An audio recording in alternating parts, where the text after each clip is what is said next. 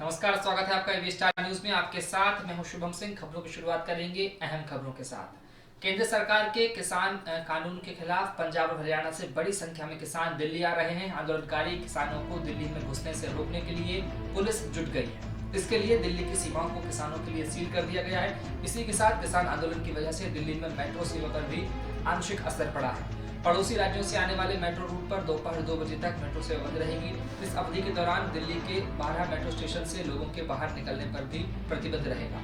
पंजाब हरियाणा से आ रहे हजारों किसानों को दिल्ली में घुसने से रोकने के लिए सीमा पर भारी पुलिस बल तैनात कर दिया गया है। पंजाब के करीब 30 किसान संगठनों ने आज दिल्ली में महाधरने की बात कही है। हरियाणा पंजाब बॉर्डर से बुधवार को ही किसानों ने दिल्ली कूच किया था। किसानों का कहना है कि वो केंद्र द्वारा लाए गए कानूनों के खिलाफ है। हम 1 महीने के राशन के साथ आए हैं, ऐसा किसानों का कहना है। किसानों ने अपने प्रदर्शन में नारा दिया है, घेरा डालो डेरा डालो। दिल्ली के अलावा देश के अन्य हिस्सों से भी किसानों को समर्थन मिल रहा है। दिल्ली कूच कर रहे किसानों का प्रदर्शन अंबाला पटियाला बॉर्डर पर आक्रामक हो गया है। यह किसानों ने बैरिकेडिंग को उखाड़ फेंका है, जिसके बाद किसानों पर पानी की बौछार की जा रही है। आंसू गैस के गोले छोड़े जा रहे हैं। किसानों के प्रदर्शन के कारण मेट्रो को भी बंद रखा गया है। पटियाला अंबाला हाईवे पर किसानों को रोकने के लिए वाटर कैनन का इस्तेमाल किया जा रहा है। इसके साथ ही किसानों पर आंसू गैस के गोले छोड़े जा रहे हैं। यहाँ किसानों का गुस्सा बढ़ता ही जा रहा है और अब किसानों ने बैरिकेडिंग को ही नदी में फेंक दिया है। बिगड़ती हुई स्थिति के बीच आरएएफ को बुलाया गया और अब एक्शन लिया जा रहा है।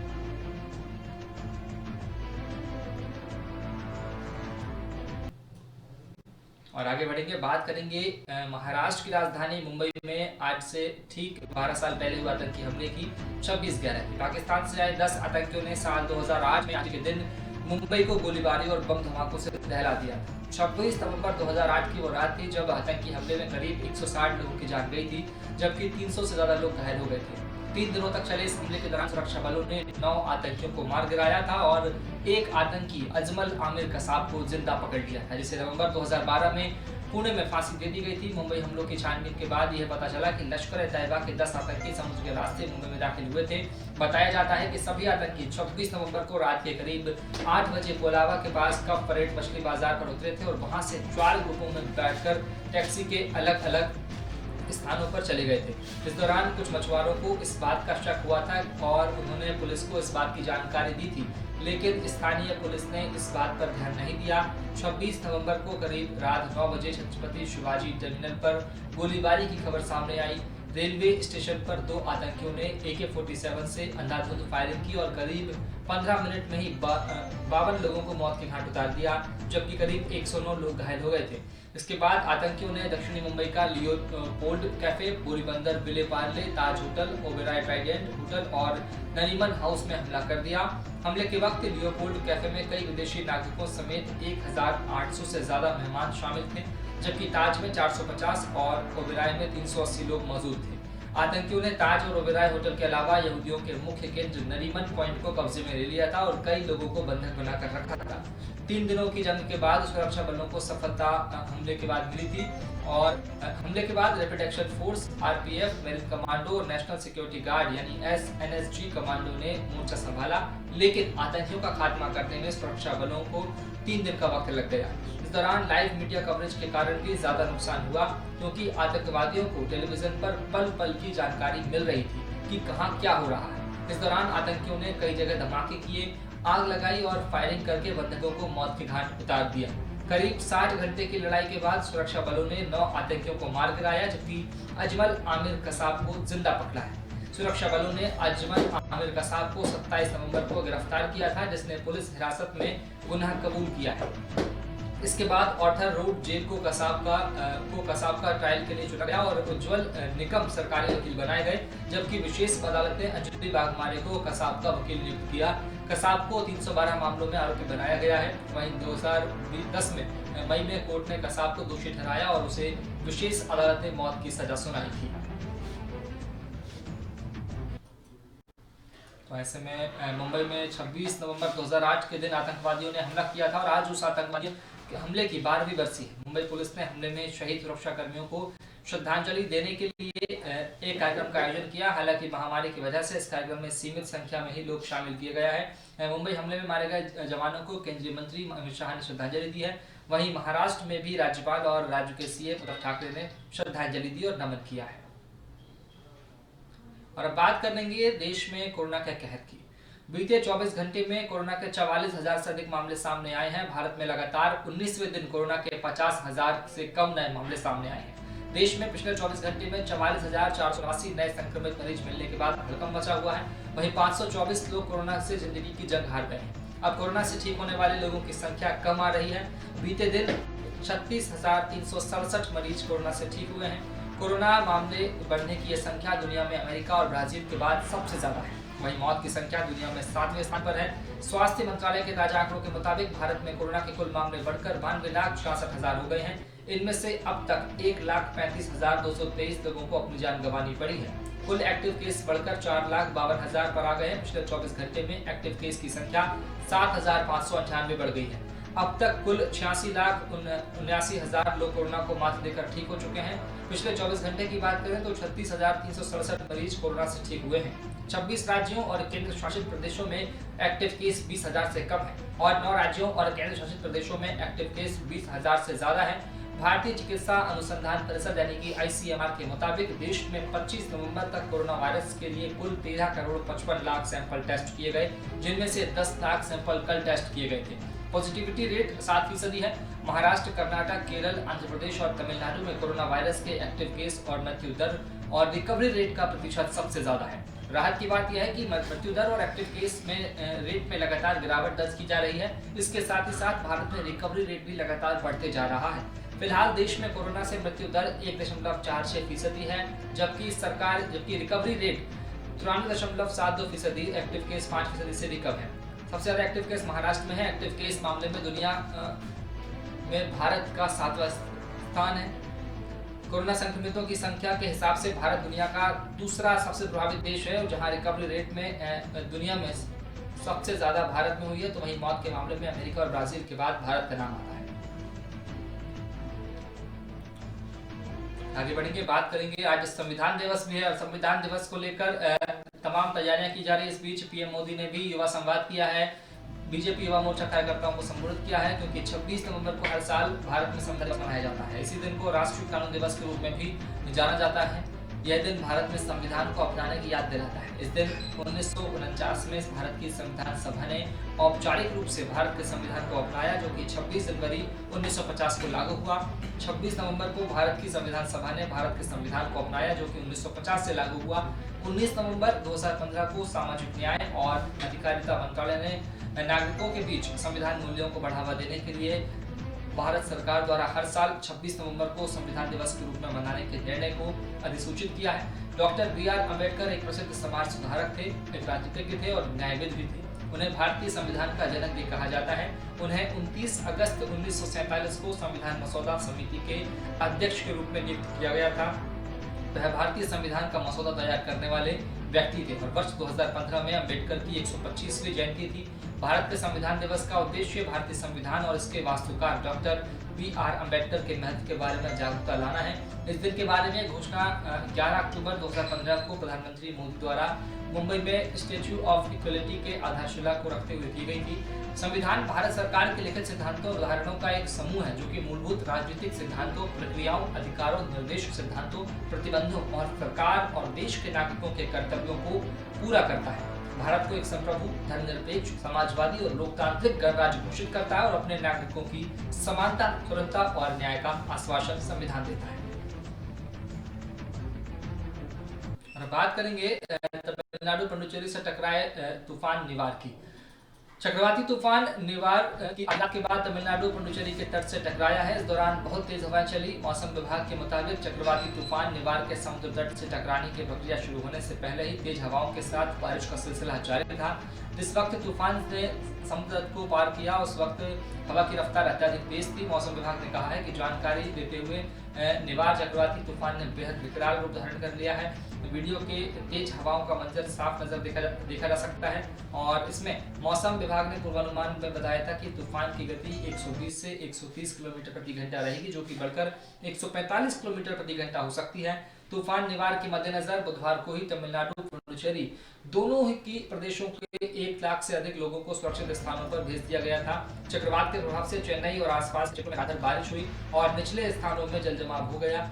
मौसम विभाग के मुताबिक चक्रवाती तूफान निवार तमिलनाडु और पुडुचेरी के तटों से गुजरता हुआ आगे निकल चुका है। मौसम विभाग के मुताबिक टकराने के बाद चक्रवाती तूफान अब पहले की तरह खतरनाक नहीं रहा, लेकिन तेज हवा के साथ बारिश अभी भी जारी है।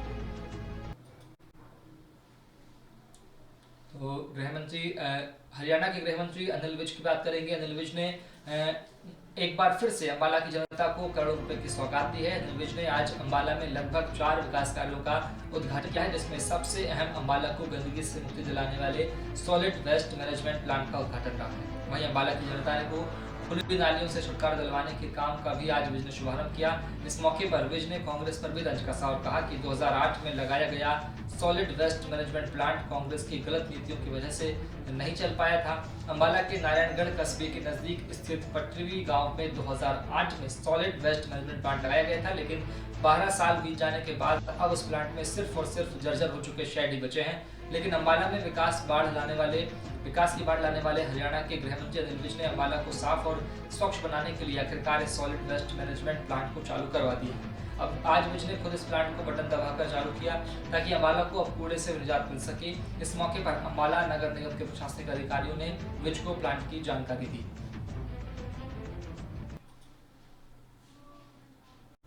और आगे बढ़ेंगे और बात करेंगे बागपत की, जहां पर मिशन शक्ति अभियान के चलते डीएम के अध्यक्षता में आज कलेक्ट्रेट में हक की बात जिलाधिकारी के साथ एक कार्यक्रम का आयोजन किया गया।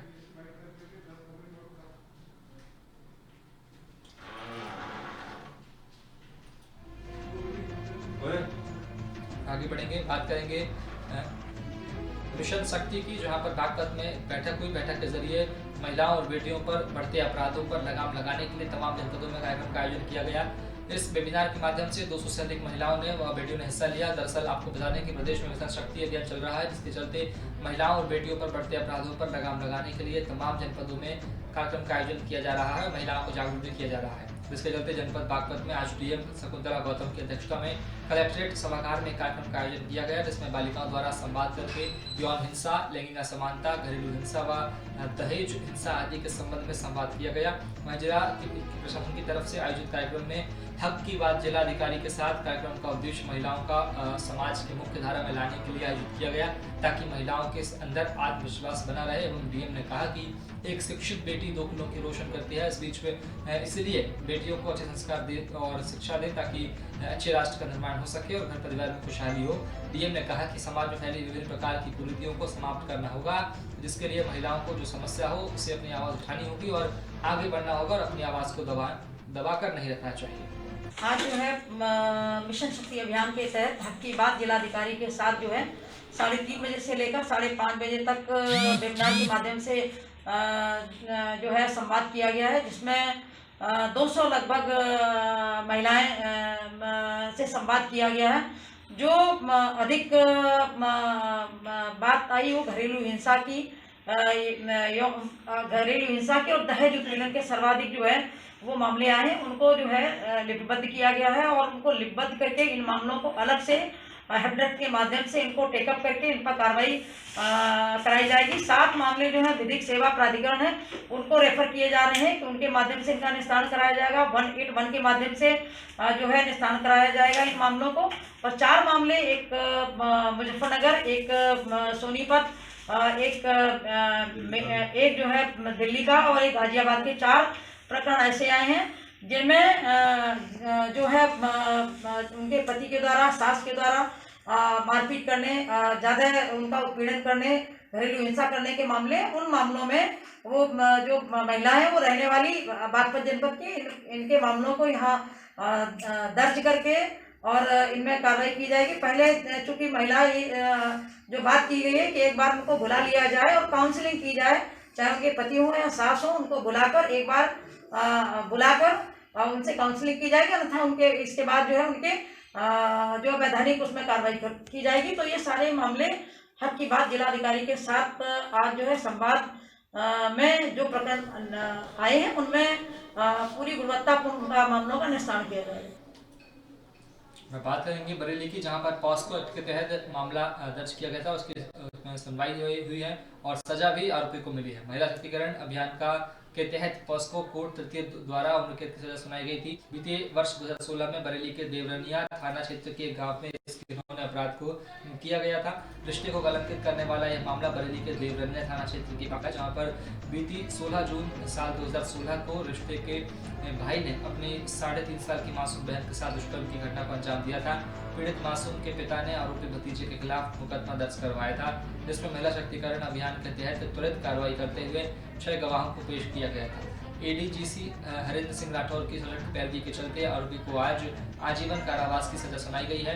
इसके साथ ही 55,000 रुपए के जुर्माने से दंडित किया गया है। इस जुर्माने में से 40,000 पीड़ित मासूम के परिवार को दिए जाएंगे। सरकार द्वारा भी मुआवजा दिया जाना बताया जा रहा है। महिला सशक्तिकरण के तहत बरेली में सुनवाई वाली ये आज 6ठी सजा है। मैं इस मुकदमे की सुनवाई पॉक्सो कोर्ट तृतीय श्री अनिल कुमार सेठ की अदालत में हुई।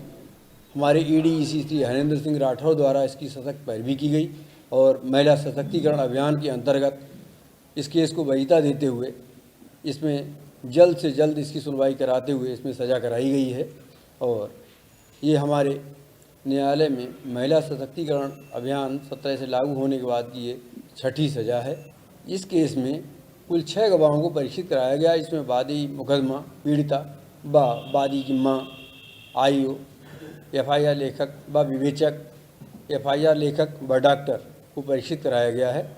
और इन गवाहों के साक्ष्य के आधार पर हमारा केस जो है साबित हुआ है। संपूर्ण साक्ष्यों को इनसे साबित कराया गया है। और बात करेंगे यूपी के सीतापुर की, जहां पर पिसावा थाना क्षेत्र के शेरवाडीही गन्ना क्रय केंद्र पर दुस्साहसी लुटेरों ने सनसनीखेज वारदात को अंजाम दिया। क्रय केंद्र पर खड़ी गिरने से बड़ी ट्रॉली लेकर फरार हो गए। इसके कुछ ही दूरी पर रहने वाले अधेड़ को बंधक बनाकर उसकी हत्या करके शव को फेंक दिया गया।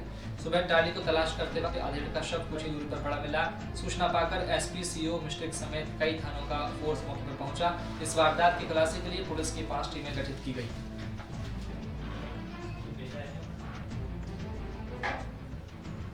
एक 45 वर्षीय युवक जो रामकोट के मूल निवासी थे, विगत 15 वर्षों से शेरवाड़ी गांव पिसावा में रह करके मजदूरी का कार्य करते थे। ये अविवाहित होने के साथ साथ शराब के सेवन के आदी भी थे, जिनका आज शव गांव के खेत में पाया गया, जिसमें गले में गमछा बंधा हुआ था। इस संबंध में समुचित धाराओं में अभियोग पंजीकृत कर लिया गया है। पुलिस अधीक्षक महोदय के द्वारा घटना को शीघ्र अनावरण हेतु 5 टीमों का गठन किया गया है। कुछ संदिग्ध लोगों को हिरासत में लेकर पूछताछ की जा रही है।